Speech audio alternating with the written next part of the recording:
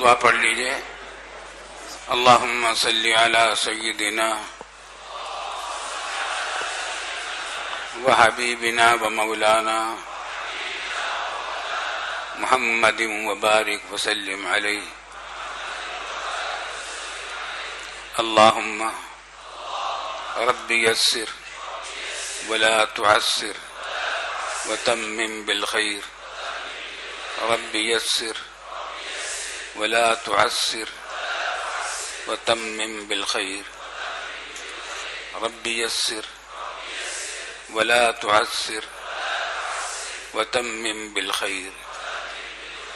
اللہم فقہنا فی الدین وعلمنا التاویل. اللہم انا نسألک علما نافعا وعملا متقبلا. اللہم صلی علی سیدنا و نبینا و حبیبنا و مولانا محمد مبارک وسلم علیہ.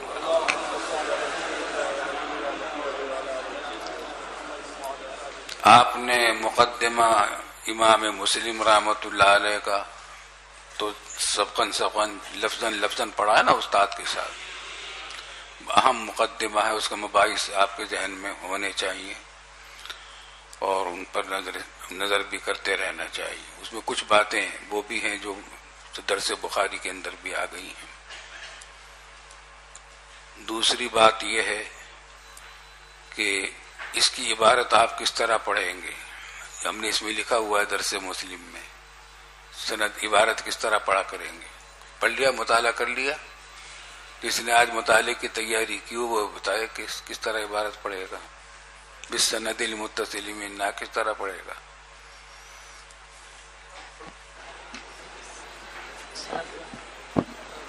بسم اللہ الرحمن الرحیم. بالسند المتصل منا الى الامام الهمام الحافظ الحجة ابي الحسين مسلم ابن الحجاج القشيري النيسابوري رحمه الله تعالى. مسلم ابن حجاج ابن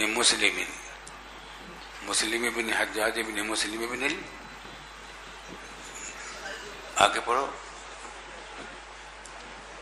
پھر پڑھو. ٹھیک پڑھا شاباش، ٹھیک پڑھا. مسلم ابن الحجاج ابن مسلم القشيري النيسابوري رحمه الله تعالى. مسلم ابن ورد ابن کوشان، مسلم ابن ورد ابن کوشان، مسلم ابن ورد ابن کوشان القشيري النيسابوري رحمه الله تعالى. یہ سب لکھ رکھا ہے ہم نے یہاں. کون سے صفحے پر لکھا ہے یہ مسلم شریف میں؟ عبارت پڑھنے کے کچھ آداب ہم نے لکھے ہیں. 118. ہاں 118.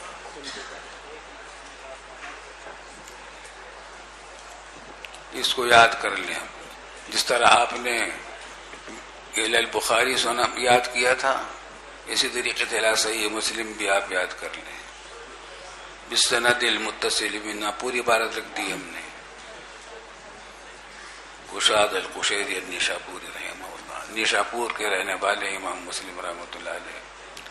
اب یہ ایران کا حصہ ہے، ایران میں ہے.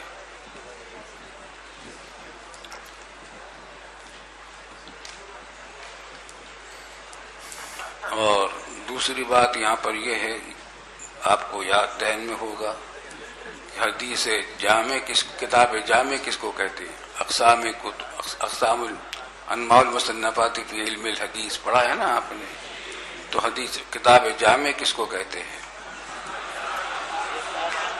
ایک آدمی بتا دے. آپ بتا دو.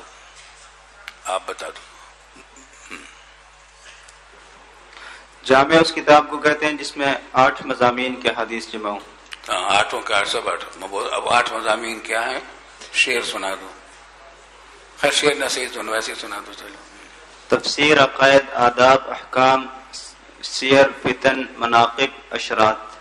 ٹھیک ہے، ماشاء اللہ. تو کتاب جامع ہماری سیاہ ستہ میں سے 3 ہیں. امام کتاب بخاری، کتاب مسلم، کتاب ترمذی بھی جامع ہے. امام کتاب مسلم کو جامع کہنے میں بعض لوگوں کو یہ تردد ہوا تھا کہ اس میں تفسیر کی مسائل بہت ہی کم ہیں. لیکن ٹھیک ہے کتاب و تفسیر کے ساتھ ایک جگہ تو اتنی زیادہ نہیں آئے، لیکن پوری کتاب میں تفسیر کے مضامین سب تقریباً سب آ گئے جتنے حدیث میں آنے تھے۔ اس بات کتاب کے جامع ہونے میں کوئی کلام نہیں ہے۔ ایک بات یہ ہے خاص طور سے آپ پڑھ چکے ہوں گے، یہ بات شاید نہیں پڑھی ہوگی، کہ کتاب مسلم کی کچھ خصوصیات ہیں۔ ایک خصوصیت اس کی یہ ہے کہ خالص حدیث کی کتاب صرف یہی ہے سیاہ ستہ میں، کوئی اور کتاب خالص حدیث کی نہیں ہے ہمارے، بلکہ سیاہ ستہ کیا، ہمارے پورے دور حدیث کی جتنی تصنیفات کتابیں ہیں ان میں کوئی بھی خالص حدیث کی کتاب نہیں ہے سوائے مسلم کی،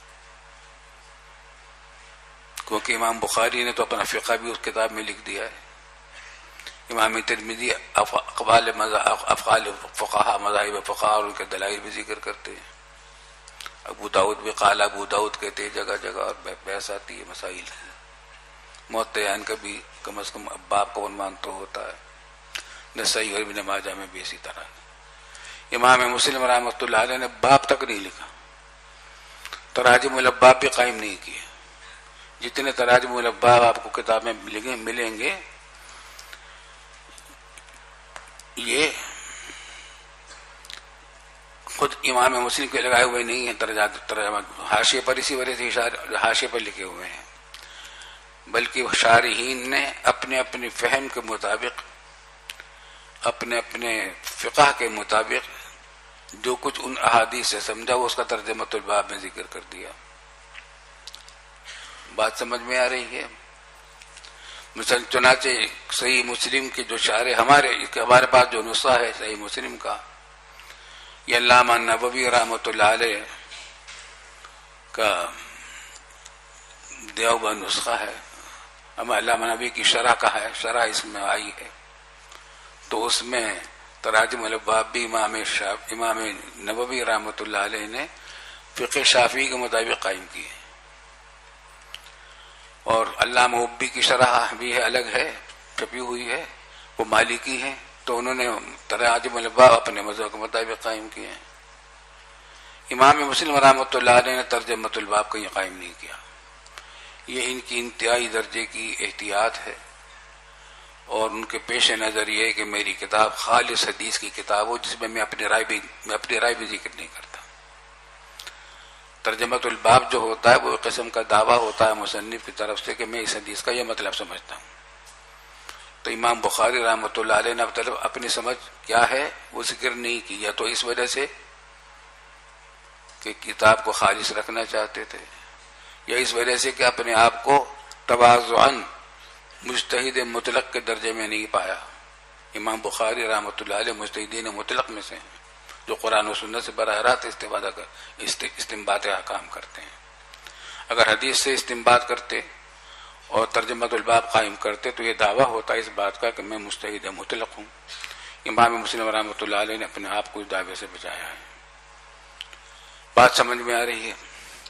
اس واسطے یہ کتاب بڑی اہم ہے، اس کی کچھ خصوصیات مزید آپ دیکھیں گے، اب سبق کے دوران بھی آتی جائیں گی، بلکہ ہمارے اس مقدمے میں ایک پوری تفصیل آ گئی ہے، الموازنۃ بین صحیح بخاری و بین صحیح مسلم، امام بخاری کتاب مسلم کے درمیان موازنہ، کیا خصوصیات اور امتیازات بخاری کے ہیں جو مسلم شریف پر فوقیت رکھتے ہیں، اور کیا خصوصیات ہیں مسلم کی جو بخاری پر فوقیت رکھتے ہیں۔ بلا شبہ اس وقت حسن ترتیب کے اعتبار سے کوئی جواب نہیں امام مسلم کی ترتیب کا، اور الفاظ روایت میں احتیاط بھی انتہا درجے کی کرتے ہیں امام مسلم رحمۃ اللہ علیہ۔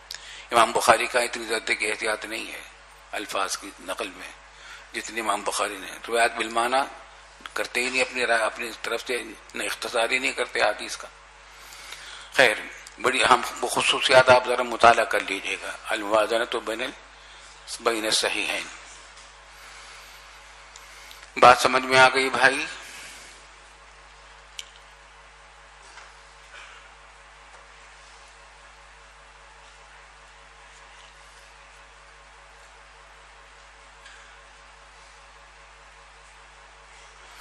اچھا، اس نسخے میں باقاعدہ کتاب یہاں سے شروع کرتی ہے، اس جگہ سفر کے آخری سے، صفحہ 48 کے آخر سے شروع کی ہے. خیر، اب عبارت پڑھ لو. بسم اللہ الرحمن الرحیم. کتاب الایمان. باب بیان الایمان والاسلام والاحسان ووجوب الایمان باثبات قدر الله سبحانه وتعالى وبيان الدليل على التبري ممن لا يؤمن بالقدر واغلاظ القول في حقه. قال الامام ابو الحسين مسلم بن حجاج رضي الله تعالى عنه بعون الله نبتدئ واياه نستكفي. بھائی ہمیں تو کوئی نسخہ دوسرا دے دو، یہ نسخہ تو کچھ ہمیں زیادہ دل کو نہیں لگ رہا. لو بھائی،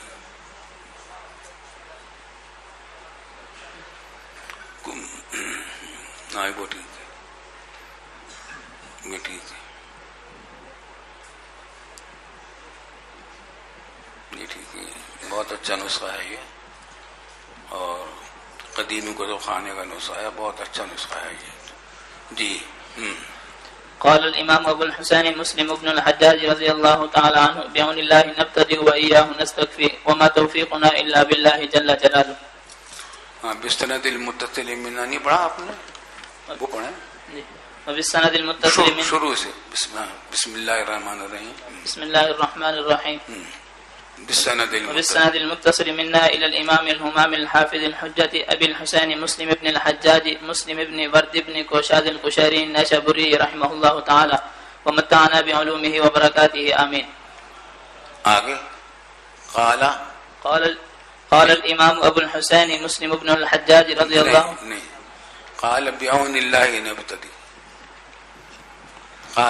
قال بعون الله نبتدئ وإياه نستكفي وما توفيقنا إلا بالله جل جلاله. یہ جو قال الامام ابو الحسین مسلم بن الحجاج رضی اللہ عنہ کا جملہ ہے، یہ امام مسلم کا کلام نہیں ہے، جو ان کے شاگرد ابو اسحاق ابراہیم نیشاپوری کا ہے، ابراہیم بن محمد کا. وہ کہہ رہے ہیں کہ میرے استاد نے کہا، کیا کہاں سے شروع ہوئی عبارت ان کی؟ بعون اللہ نبتدئ. امام مسلم کی عبارت یہاں سے شروع ہوتی ہے. بات سمجھ میں آ گئی؟ اس کتاب کا نسخہ ہم نے نقل کر کے ہم تک جو پہنچا ہے، یہ امام مسلم کے شاگرد رشید ہیں ابو اسحاق ابراہیم بن محمد نیشاپوری رحمہ اللہ، ان کے ذریعے سے پہنچا ہے. تو قائل کے قائل، وہ قالا کے قائل وہی ہیں، وہی کہہ رہے ہیں میرے استاد نے یہ بات کہی ہے.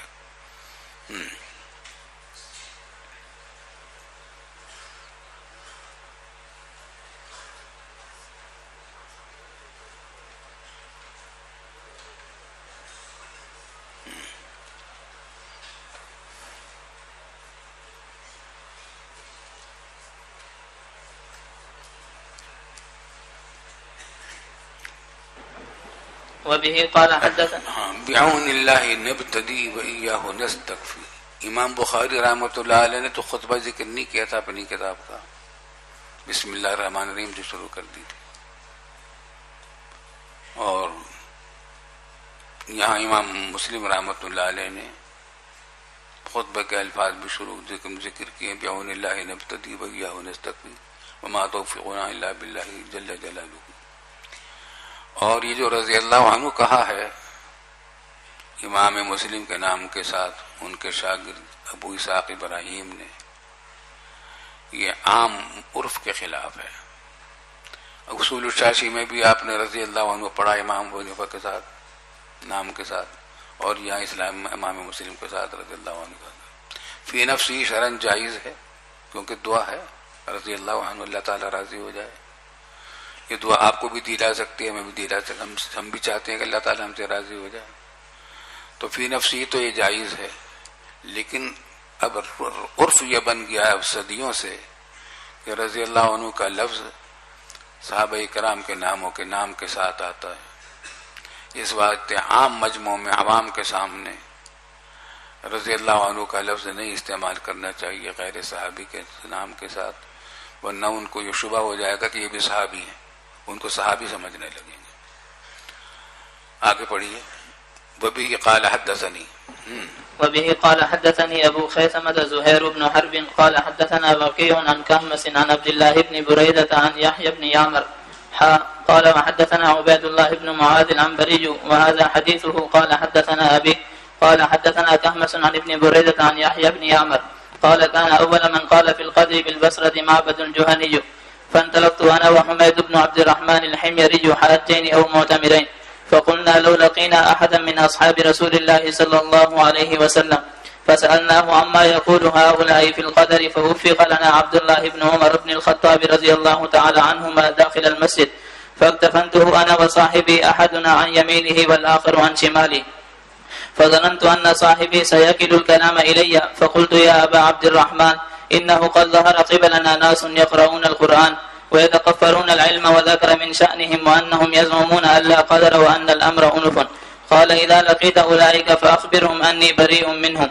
وأنهم براء مني والذي يحلف به عبد الله بن عمر لو أن لأحدهم مثل أحد ذهبا فأنفقه ما قبل الله منه حتى يؤمن بالقدر ثم بس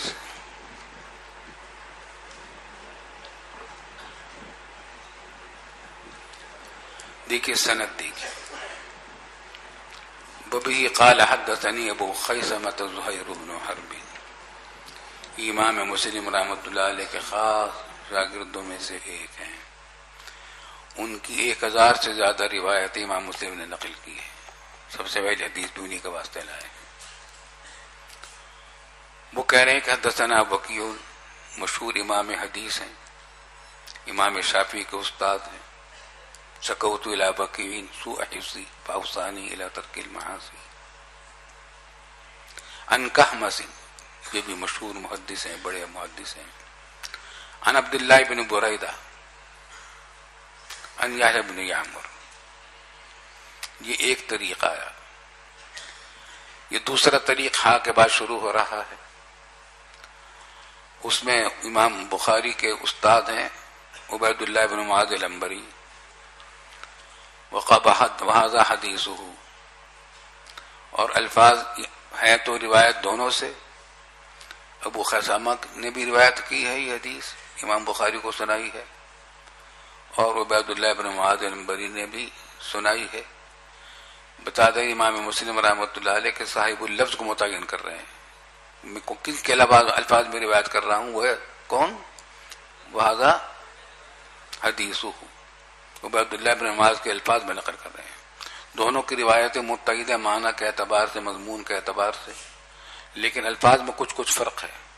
تو بتا رہے ہیں کہ آگے جو میں حدیث نقل کروں گا وہ عبید اللہ بن معاذ کی روایت کے الفاظ نقل کروں گا، ابو خیثمہ کے نہیں۔ قال حدثنا ابی، عبید اللہ بن معاذ عنبری کہتے ہیں میرے باپ نے مجھے بتایا۔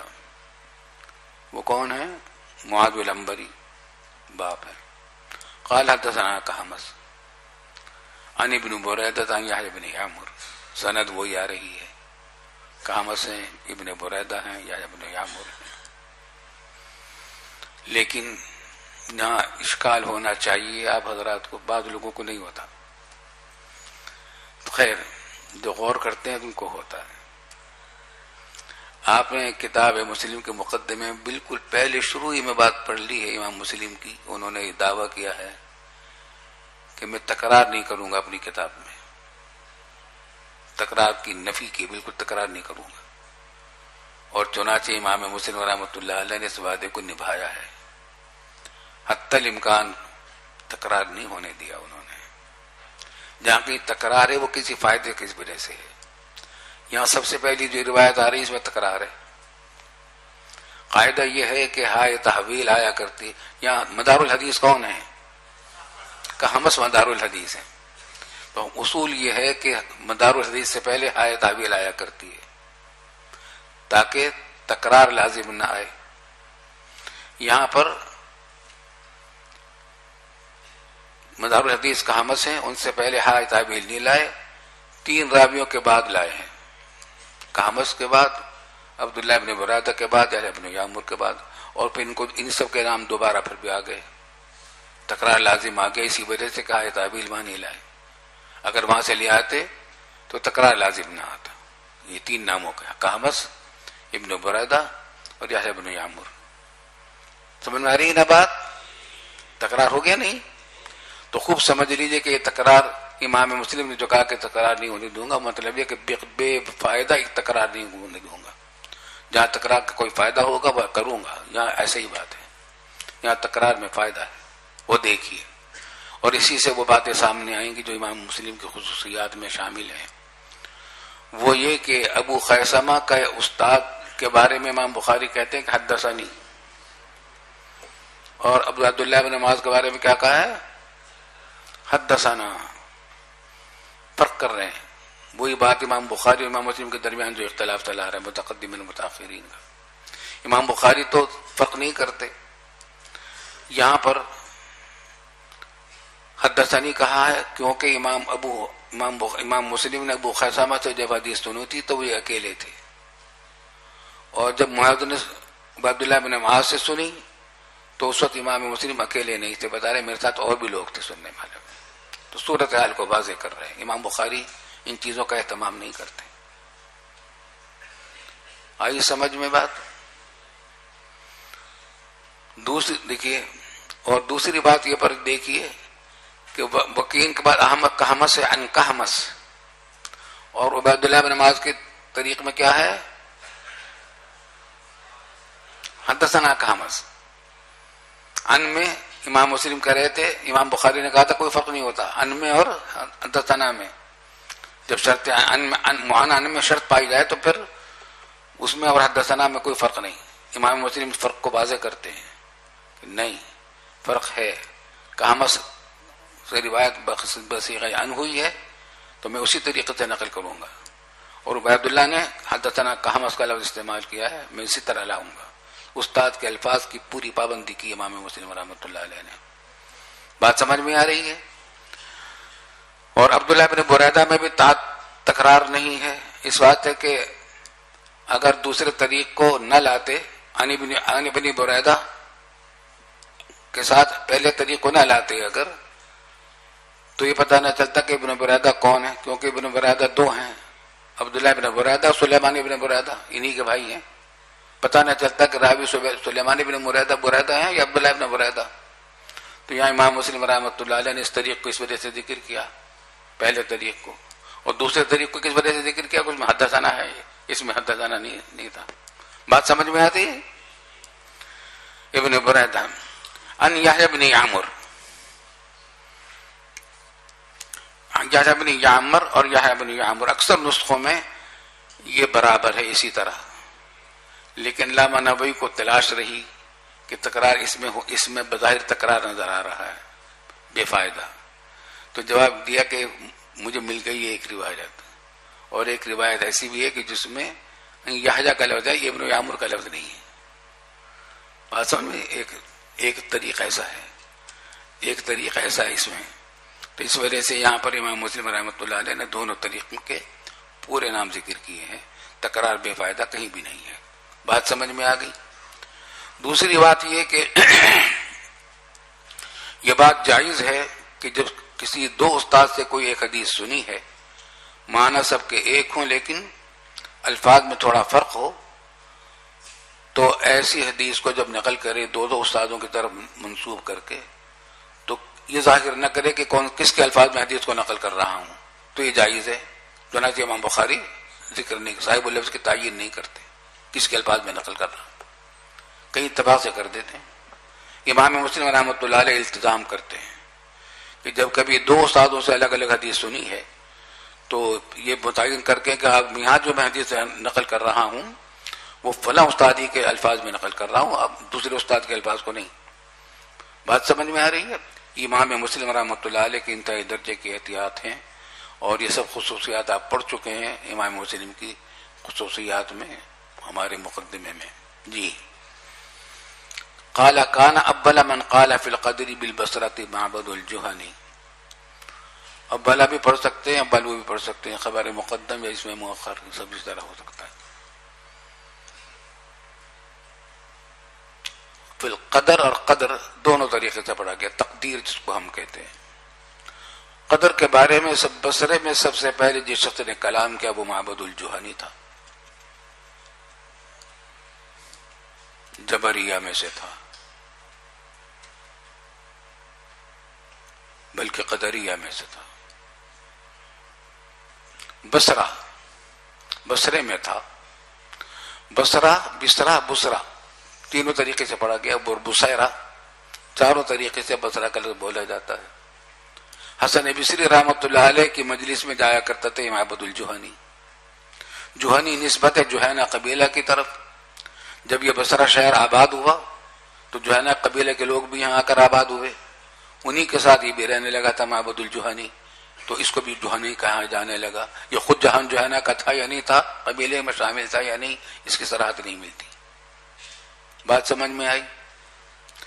خلاصہ یہ کہ بصرے میں قبیلہ جوہینہ کے لوگوں کے ساتھ رہتا تھا، اور حسن بصری رحمۃ اللہ علیہ کی خدمت میں بھی حاضر ہوا کرتا تھا. تو اس نے تقدیر کے مسئلے میں کلام کیا، یعنی تقدیر کا انکار کیا. مسئلہ تقدیر آپ تفصیل سے پڑھ چکے ہیں. ایمان، کتاب الایمان کے شروع میں جو بنیادی مسائل ہم نے لکھوائے ہیں آپ کو، وہ یا ذہن میں ہے نا، اچھی طرح ذہن میں ہے. تو وہ اسی واسطے لکھوائے تھے کہ کتاب مسلم میں سب سے پہلا مسئلہ یہ آ جاتا ہے تقدیر کا. وہ ذہن میں آپ کے رہنا چاہیے، اور کیونکہ مواضع امتحان میں سے ہے اس واسطے اس کو ذہن میں رکھ کے یہ تازہ کریں، یاد رکھیں اس کو. شروع اس طریقے سے ہوا یہ فتنہ تقدیر کے انکار کا، کہ وہی واقعہ جب پیش آیا جو کل بخاری میں آپ پڑھ رہے تھے پرسوں، کہ عبداللہ بن زبیر رضی اللہ تعالیٰ عنہ کے اوپر کی امارت کے زمانے میں حملہ کیا حجاج بن یوسف نے، اور بیت اللہ شریف کو آگ لگ گئی، عمارت کو نقصان پہنچا. تو اس پر سب کو اضطراب تھا. تو بہت سے لوگوں نے کہا کہ ھذا من قدر اللہ، یہ بھی اللہ تعالیٰ کی تقدیر میں تھا. بھائی کیا کریں؟ کچھ لوگوں نے کہا کہ نہیں، یہ اللہ تعالیٰ کی تقدیر میں نہیں ہو سکتا، بیت اللہ کی خدمت بے حرمتی اللہ تعالیٰ کی تقدیر میں نہیں ہو سکتی. یہاں سے مسئلہ تقدیر کا اٹھا. اس سے پہلے مسئلہ تقدیر تھا ہی نہیں مسلمانوں میں، اختلاف نہیں تھا کوئی. مسئلہ تقدیر جو اٹھا وہ یہاں سے اٹھا اور اختلاف نکلا. اس سے پہلے سب کا اس پر اتفاق تھا کہ تقدیر پر کو سب مانتے تھے، سب ایمان رکھتے تھے. چنانچہ حدیث جبریل آ رہی ہے، اس کے اندر تقدیر پر ایمان کا خاص طور سے ذکر ہے. اس وقت سے یہ مسئلہ چل پڑا. ان مقدریہ کے دو گروہ تھے، متقدمین اور متاخرین. یہ متقدمین میں سے ہے. ان کا مذہب یہ تھا کہ جتنے افعال انسان کے اچھے یا برے ہوتے ہیں ان کا علم اللہ تعالیٰ کو پہلے سے نہیں ہوتا. جب انسان کوئی کام کرتا ہے تو اللہ کو پتہ چلتا ہے کہ اچھا اس نے یہ کام کیا ہے، پہلے نہیں معلوم ہوتا. تو علم ازلی کی نفی کر دی انہوں نے افعال عباد سے متعلق. اور ان کا یہ بھی عقیدہ تھا کہ اللہ تعالیٰ انسان کے اعمال اچھے برے اللہ تعالیٰ پیدا ان کا خالق نہیں ہے، بندہ خود ان کا خالق ہے. تو افعال عباد کے بارے میں اللہ تعالیٰ کے علم ازلی کا بھی انکار کر دیا انہوں نے، اور تخلیق کا بھی انکار کر دیا. اور وجہ یہ بتائی کہ جب تقدیر ہے اور خالق بھی اللہ ہی ہیں اور تقدیر کے خلاف کچھ ہو نہیں سکتا، تو اس کا مطلب ہے کہ انسان تو آج مجبور محض ہو گیا. وہ جبریہ کا جو مشہور الجھن ہے، ان کے جو پریشانی تھی وہ یہی تھی کہ انسان مجبور محض ہو گیا. پھر جزا و سزا کیسے؟ لا یکلف اللہ نفسا الا وسعها. تو اس کا جواب ہم دے چکے ہیں مسئلہ تقدیر کے مسئلے میں، کہ سزا و جزا خلق پر نہیں ہوتی بلکہ کسب پر ہوتی ہے. لہا ما کسبت وعلیہا ما کسبت. اور کسب کی حقیقت نہیں معلوم کیا ہے، لیکن وہ ایک قسم کا اختیار ہے. تو جو کچھ بھی انسان کرتا ہے اس کے کسب سے ہوتا ہے، بواسطہ کسب کے ہوتا ہے، اسی پر سزا و جزا کا ترتب ہوتا ہے. یہ خلاصہ تھا. آگے بھی کچھ بات آ جائے گی اس کی. فانطلقت انا وحمید بن عبد الرحمن الحميري حاجین او معتمرین. پس میں چلا اور حمید بن عبد الرحمن الحميري بھی چلے. حمیر کا علاقہ یہ اسی علاقے کے حضرات سے جو مصر جہاں بصرہ کے شہر آباد ہوا. حضرت فاروق اعظم رضی اللہ تعالیٰ عنہ کے حکم سے ان کے دور خلافت میں شہر آباد کیا گیا، اور ان کی طرف سے عتبۃ بن غزوان نے تعمیر کی اس شہر کی. اس کو قبۃ الاسلام بھی کہا جاتا ہے اور خزانۃ العرب بھی کہا جاتا ہے، اس وجہ سے کہ اس کے اندر کبھی بت پرستی نہیں ہوئی. مسلمانوں نے بنایا اور مسلمان ہی اس میں رہے، کبھی اس میں بت پرستی نہیں ہوئی. اور خزانۃ العرب بھی کہا جاتا ہے کیونکہ سب سے پہلے عرب کی آبادی یہی انہی کے یہاں تھی. تو کہتے ہیں کہ میں اور حمید بن عبد الرحمن الحمیری چلے حاج جینی اور امت امیرینی. راوی کو شک ہے کہ حاج جینی کہا تھا یا امت امیرین کہا تھا، سفر حج کا تھا جو عمرے کا تھا. اچھا دیکھیے آپ امام بخاری کی امام مسلم کی باتیں، یہاں شک ہے نا. اگلی ایک روایت ذکر کر دی دوسرے طریق سے امام مسلم رحمۃ اللہ علیہ نے، اور کہا کہ اسی طرح لما حاجج تو انا حمید بن عبد الرحمن الحمیری، یہاں اس میں متعین کر دیا راوی نے. معلوم ہے کہ شک راوی کو ان کو نہیں تھا. کس کو؟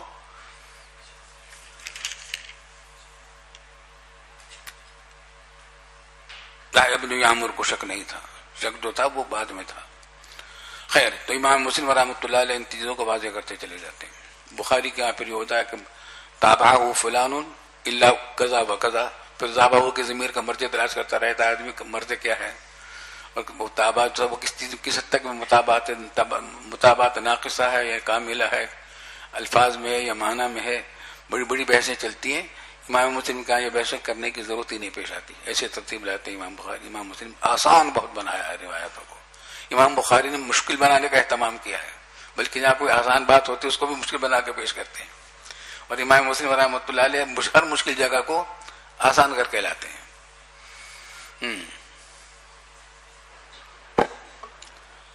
تو یہ مسئلہ چونکہ چل پڑا تھا، محمد الجوہانی اور اس کے ساتھیوں نے تقدیر کا انکار کرنا شروع کر دیا تھا. اچھا، اس کو زندقے کی وجہ سے قتل کیا تھا حجاج بن یوسف نے محمد الجوہنی کو، کیونکہ اس کا عقیدہ بالکل کافرانہ تھا. خلق افعال کا بھی قادر تھا، خلق افعال کا بھی منکر تھا، اور علم ازلی کا بھی منکر تھا. فقلنا لو لقینا احد من اصحاب رسول اللہ صلی اللہ علیہ وسلم، کاش ہماری ملاقات ہو جائے. جب عمرے کے یہ حج کے لیے پہنچے تو ہم نے تمنا کی کہ ہم ملاقات کر لیں کسی صحابی سے. یہ وہ زمانہ تھا جب کبار صحابہ رخصت ہو چکے تھے، صغار صحابہ بھی تھوڑے تھوڑے رہ گئے تھے، کہیں کہیں خال خال. ان کو تمنا تھی کہ کسی صحابی سے ملاقات ہو جائے تاکہ ہم مسئلہ پوچھیں ان سے معبد الجوہنی کے بارے میں. فقلنا لو لقينا احدا من اصحاب رسول الله صلی اللہ علیہ وسلم فسألناه عما يقول هؤلاء في القدر. یہ قدر کے بارے میں جو کہتے ہیں ان کے بارے میں پوچھتے ہیں ان سے. فوفق لنا عبداللہ بن عمر ابن الخطاب داخلا المسجد، تو موافق کر دیے گئے ہمارے لیے عبداللہ بن عمر بن الخطاب کو اس حالت میں کہ وہ مسجد میں داخل ہو رہے تھے، مسجد میں جا رہے تھے، ہم بھی وہاں پہنچ گئے. فاختلفت انا وصاحبی، یہاں ذکر نہیں کیا کہ میں نے سلام کیا تھا اور انہوں نے سلام کا جواب دیا تھا، کیونکہ یہ بات واضح تھی، سلام ضرور کیا ہوگا. اب دائیں بائیں ہو گئے. کہتے ہیں کہ ایک طرف میں ہو گیا، دوسری طرف میرا ساتھی ہو گیا. احدنا عن یمینی والآخر عن شمالی، کیونکہ بات کرنی تھی استاد سے. یہ ادب سکھلایا. جب کسی شیخ سے، استاد سے، بڑے سے راستے میں بات کرنی ہو چلتے ہوئے تو پھر پیچھے نہ چلو، بلکہ استاد کے ساتھ ساتھ چلو، تاکہ پیچھے مڑ کر اس کو دیکھنے میں تکلیف نہ ہو. ہمارے طالب علم اس معاملے میں بڑی غلطی کرتے ہیں، بار بار ہم ٹوکتے ہیں، کرتے کرتے پھر پیچھے ہو جاتے ہیں ادب کی وجہ سے. حالانکہ یہ ادب نہیں، بے ادبی ہے. ساتھ ساتھ چلنا ہے. فاختلفت انا وصاحبی احدنا یمینی والآخر عن شمالی، دونوں ایک طرف نہیں ہو گئے، بلکہ ایک دائیں طرف ایک بائیں طرف. یہ دوسرا ادب ہے. ملاقات کے آداب ہوئے کہ جب ملاقات میں کسی سے بڑے سے بات کرنی ہو تو اس کے پیچھے نہ چلو، ساتھ ساتھ رہو ایک. اور اگر دو ہوں بات کرنے والے تو دونوں ایک طرف نہ ہو جائیں، ورنہ پھر اس کو تکلیف ہوگی بات کرنے میں، اور تمہیں دوسرے والے کو بات سمجھنے میں بھی رکاوٹ ہو سکتی ہے. بلکہ ایک دائیں ہو جائے ایک بائیں ہو جائے. یہ آداب سکھلائے. پہلی روایت میں آداب سکھا دیے. ہمیں کہا کرتا ہوں ہمارے مدرسوں میں دین پڑھایا جا رہا ہے، سکھایا نہیں جا رہا. یہ آداب ہے. دیکھو یہ عام عادت تھی، گویا ہر چیز کا رعایت رکھتے تھے. اس بات کی بات کرتے تو اس طرح کرتے تھے. فظننت ان صاحبی سیک بالکلام علیہ. تو دو ادب ہو گئے، ایک تو ایک ساتھ ساتھ چلیں، دوسرے ایک اگر دو ہوں تو دونوں ایک طرف نہ ہوں، دائیں بائیں ہو جائیں. تیسرا ادب اور بتایا، فظننت ان صاحبی سیک الکلام علیہ. مجھے گمان ہوا کہ میرا ساتھی حمید بن الرحمن بات کو مفوض کرے گا، سپرد کرے گا میرے ہی. فقلت یا ابا عبد الرحمن. تو پھر میں نے بات شروع کی ابن عمر سے، یا ابا عبد الرحمن کہہ کر. یہاں دو ادب سکھلائے، اور ایک ادب یہ کہ جب دو آدمی کسی بڑے کے پاس بات کرنے کے لیے جائیں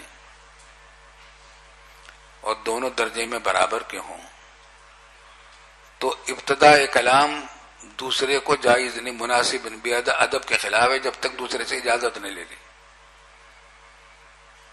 سمجھ میں آ رہی ہے نا بات؟ دو آدمی گئے، آپ دو آدمی آئے کسی استاد سے بات کرنے کے لیے اور مشترک بات کرنی ہے، تو آپ یہ نہ شروع کر دیں کوئی اکیلا خود ہی کوئی بات شروع کر دے. نہیں، یہ تو اپنے ساتھی سے پوچھ لے کہ میں بات کروں، یا اس سے کہے کہ تم بات کرو. دوسرے کی اجازت کے بغیر بات کرنا یہ ادب کے خلاف ہے.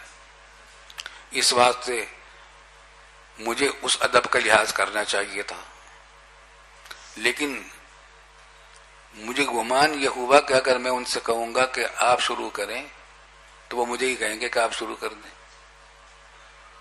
دوسری روایات میں آتا ہے کہ وجہ اس کے کہ کنت ابسط کلامی ابسط منہ بالکلام، کیونکہ بات چیت کرنے میں میں اس کا عادی زیادہ تھا، میں زیادہ وضاحت سے بات کر لیا کرتا تھا. تو کیا بتانا مقصود ہے؟ وہ یہ کہ ادب کا تقاضا اصل تو یہی تھا کہ میں ان سے اجازت لے کر کرتا، لیکن میں نے اجازت نہیں مانگی کیونکہ دلالتاً اجازت موجود تھی. وہ کیسے کہ مجھے معلوم تھا کہ اگر میں ان سے کہوں گا کہ آپ بات شروع کریں تو پھر یہ کہیں گے کہ تم ہی کرو، کیونکہ اس سے پہلے بھی ایسے وہ کرتے رہتے ہیں. اسے دو باتیں معلوم ہو گئیں. ایک تو یہ کہ اس کے دوسرے کی اجازت کے بغیر بات کا آغاز نہیں کرنا چاہیے، اور دوسرے کی اجازت کے لیے سری اجازت ضروری نہیں ہے بلکہ دلالتاً بھی کافی ہے. یہاں دلالتاً ہوئی اجازت کہ اپنے گمان ان کو یہ تھا کہ میں اگر کہوں گا تو یہ خود مجھ سے کہیں گے کہ تم بات کرو. دو باتیں معلوم ہو گئیں. فقلت یا ابا عبد الرحمن. اب میں نے گفتگو شروع کی تو حضرت عبداللہ بن عمر سے میں نے کہا کہ یا ابا عبد الرحمن، کنیت سے ذکر کیا. یہ بھی یاد رکھیے، یہ پانچواں ادب آ گیا ملاقات کا. یہ باتیں یاد رکھنے کی ہیں. وہ کیا کہ جب کسی بڑے سے خطاب کرنا ہو تو الفاظ تعظیم کے استعمال کرنے چاہیے، نام لے کر نہ پکارے بلکہ تعظیم کے الفاظ لانے چاہیے. عربوں میں رواج تھا کہ تعظیم کے لیے نام علم کی بجائے کنیت ذکر کرتے تھے. اس بات پہ کنیت ذکر کہا یہ ابن عمر کہہ کر نہیں پکارا، یا عبداللہ ابن عمر نہیں کہہ کر پکارا بلکہ یا ابا عبد الرحمن کہہ کر پکارا. جیسے کہ آپ بھی اپنے والدین کو ان کا نام لے کر نہیں کہتے کہ تم ابا جان کہہ کر پکارتے ہیں، والد صاحب کہہ کر پکارتے ہیں اپنے استادوں کو. تعظیم کے لیے جو الفاظ جس عرف میں ہوں، جہاں کے عرف ہو اس عرف کے مطابق ہونا چاہیے. ہمارے یہاں کنیت کا لفظ استعمال کرنے کا رواج نہیں ہے بڑوں کے ساتھ، تو یہاں علماء کے ساتھ جو اور دوسرے الفاظ آداب کے ہوتے ہیں، حضرت، مولانا، فلاں فلاں، علامہ، یہ القسم کے الفاظ استعمال کیے جاتے ہیں. تعظیم کے الفاظ ضرور استعمال کرنے چاہیے عرف کے مطابق. انا قد ظہر قبلنا ناس یقرؤون القرآن ویتقفرون العلم وذکر من شانہم. ہماری طرف ظاہر میں کچھ لوگ جو قرآن پڑھتے ہیں. یہ خوارج کا معاملہ یہی تھا کہ قرآن شریف بہت اچھا پڑھا کرتے تھے، عبادت گزار بھی بہت ہوتے تھے یہ، کیونکہ جو جانتے ہیں نا کہ یہ خوارج تھے نا، یہ تو جانتے تھے کہ اگر گناہ کبیرہ ہو جائے گا تو مخلد فی النار ہو جائیں گے، ایمان سے خارج ہو جائیں گے، تو عبادت میں کرنے بھی بہت ہوتے ہیں، بہت تیز ہوتے تھے۔ وَيَتَقَفَّرُونَ الْعِلْمَ، اور علم کی جستجو کر، تقفر، قفر کے معنی تلاش کرنا، جستجو کرتے ہیں علم کی، علم کا شوق رکھتے ہیں۔ اور یہ تفکرون بھی پڑھا گیا فا کے تقدیم کے ساتھ، قاف کے تقدیم کے ساتھ وہ جستجو کرنا، اور فا کی تقدیم کے ساتھ اگر یہ تفکرون العلم تو معنی ہوں گے علم کی باریکیاں تلاش کرنا، تو علم کی باریکیوں میں بہت جستجو کرتے ہیں۔ چنانچہ ان کی بات یہی ہے، معتزلہ کو ان کے اوپر فلسفے کا غلبہ آ گیا تھا، معتزلہ اور خوارج میں فلسفے کی باتوں کی وجہ سے طرح طرح کی غلط باتیں انہوں نے کہنی شروع کی تھی۔ وذکر من شأنہم، اور ان کے دوسرے حالات بھی ذکر کیے، مثلا کیا کہ عبادت گزار بہت ہوتے ہیں وغیرہ وغیرہ۔ وَأَنَّهُمْ يَزْعُمُونَ أَلَّا قَدْرَ، اور وہ دعویٰ یہ کرتے ہیں کہ تقدیر کا کوئی وجود نہیں، یعنی اللہ تعالیٰ کو علم ازلی بندوں کے اعمال کے بارے میں پہلے سے نہیں تھا، پہلے نہیں ہوتا۔ وَأَنَّ الْأَمْرَ أُنْفٌ، اور معاملہ غیر مسبوق ہے، مطلب ہے کہ اس پر اللہ تعالیٰ کا علم سابق نہیں ہوتا۔ انفن کہتے ہیں ایسی چراگاہ کو جس کے اندر کسی اور جانوروں نے پہلے نہ چلا ہو، الروض الانف، ایسا باغ جہاں جانوروں نے پہلے نہ چرا ہو، تو انفن ہر نئی چیز کو کہتے ہیں۔ اور نئی چیز کا مطلب کیا کہ بالکل ابتدائی ہو، اس پر کوئی سابق نہ ہو، تو معاملہ انفن ہے۔ کیا مطلب ہے کہ انسان کے اعمال پر اللہ تعالیٰ کا علم سابق نہیں ہے، معاملہ مسبوق نہیں ہے، یعنی اللہ تعالیٰ کا علم سابق نہیں ہے۔ حاصل وہ یہ جو تقدیر کے انکار کا مسئلہ ہے۔ قال اذا لقيت اولئك فاخبروا انی بریء منهم وانهم براء منی، تم ان سے ملاقات کرو، کہہ دینا کہ میں ان سے الگ ہوں، تم وہ مجھ سے الگ ہیں۔ والذی یحلف به عبداللہ بن عمر، اور قسم ہے اس ذات کی جس کا میں حلف کرتا ہوں، اگر ان میں سے کوئی ایک کسی ایک کے پاس لو ان لاحدہم مسئلہ مثل احد ذهبا، ان میں سے کسی ایک کے پاس ایک احد پہاڑ کے برابر سونا ہو، فانفقه فی سبیل اللہ، اور وہ اس کو سارے کو اللہ کے راستے میں خرچ کر دے، فانفقه ما قبل اللہ منه حتى يؤمن بالقدر، تو قبول نہیں ہوگا یہاں تک کہ وہ تقدیر پر ایمان لائے۔ باقی تفصیل کر ہوگی انشاءاللہ۔